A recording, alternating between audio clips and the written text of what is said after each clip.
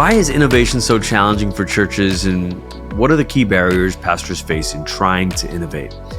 I think one of the reasons it's so challenging is because the job of a pastor can just feel undoable. It feels like there's too many stacking expectations on us. And so I think there is a need here for churches to have a stable core that is growing steadily. But if you have a stable core, you can have an innovative edge.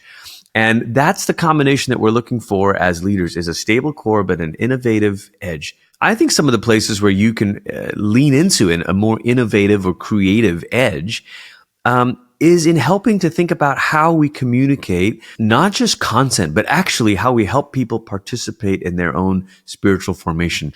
You know, the fear of failure is a real thing for so many leaders. And sometimes the more you feel pressure, the less willing you are to kind of say, all right, let's take a risk. And I think it's important to develop a culture that rewards risk-taking. It is younger leaders who have fresh eyes, who don't have all the baggage that we have, who'll come in and go, you know what, have we ever thought about, and why wouldn't we try? And so you have to create these safe spaces where they can take risks, and it's totally fine to fail.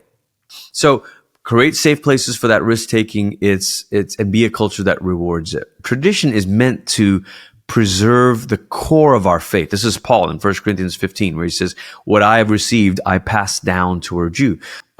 Forms are not neutral. Forms form us. And so it's important to recognize that, you know what, every solution to a problem creates new problems. And you got to be aware of that. You can't be naive about that. And you've got to be thoughtful about that. On the other hand, those things are not the faith itself. In fact, innovation can actually help you preserve the living faith of the dead, preserve the living faith of those who have gone before us. And so you go, you know what?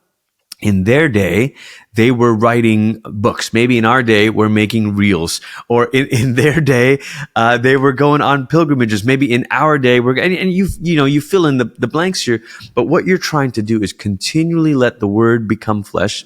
Honor tradition while recognizing that, hey, culture is not static, and the Spirit of God is dynamic. This is something to harness in a Spirit-filled, Spirit-led, discerning way, rather than a cautious, preservationist sort of way.